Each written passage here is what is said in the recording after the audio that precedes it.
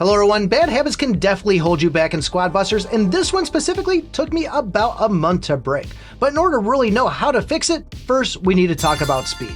First things first, I gotta brag, we are so close to top 300 with 3-star troops. We're gonna keep on pushing, we're about halfway to getting our first ultra.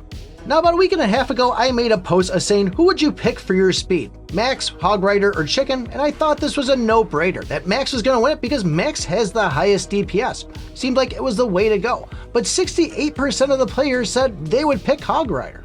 So I knew something was up and I had to test it out. Now as far as Max, if you've ever used them, they have an incredibly fast speed boost, which could really help you escape or hunt somebody down. And killing monsters will fill that meter back up so you can go and blast out again. Now the Chicken on the other hand, this will drop 3 boots when you go and first select them. You get a duplicate, you're going to get another 3 boots. And finally, when you go and take this thing to a fusion, you'll then have a total of 12 boots.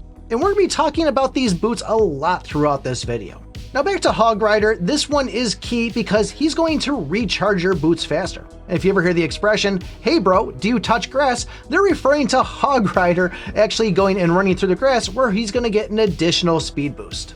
Not to mention that the turbos will last longer too, and you may be asking yourself, okay, who cares? Boots, they make it last longer, you're running around. Do I really need them? I'm gonna go for those coins and gems. But the key thing with these boots is when you're using them and you're holding down that turbo while attacking, you're gonna have a 12% increase to your damage per second. So I'm not gonna lie, I always thought when you grabbed these boots and you burned up that boot, it was gone for good. But you actually kind of bank them. So say if you have 10 boots, you drain them all the way down to 0, when you go and let these things charge back up, they're gonna charge back up to 10 boots. And where the Chicken does give a good amount of them, you will always find one of these in a blue box. So where I used to pass these things all the time because I thought, there's not a lot of gold and gems inside them and a pair of boots. Now I'm hunting these things down and making sure I'm stacked up because if I need to run or run too, this is the way to go. So really try to get in the habit of not holding down that button every single time if you gotta walk slow. I know it's gonna feel annoying at first, but believe me, when you start racking that speed boost up and you have say 10, 15, or 20 speed boosts, you can do a lot inside the game. Now there also is the golden boots too, which by the way, will give you a 26% increase to your damage per second. And you may be asking yourself, well, that Dragon Chicken Mega must be pretty OP because that's going to give 2 or 3 of them when you start off. Unfortunately though, with the golden boots, right when you start using them, they're just gonna drain right out to nothing, and that's the downfall of the Chicken. They never drop more golden boots, you're good for that first 30 seconds or so, and then after that, it's just a big giant chicken.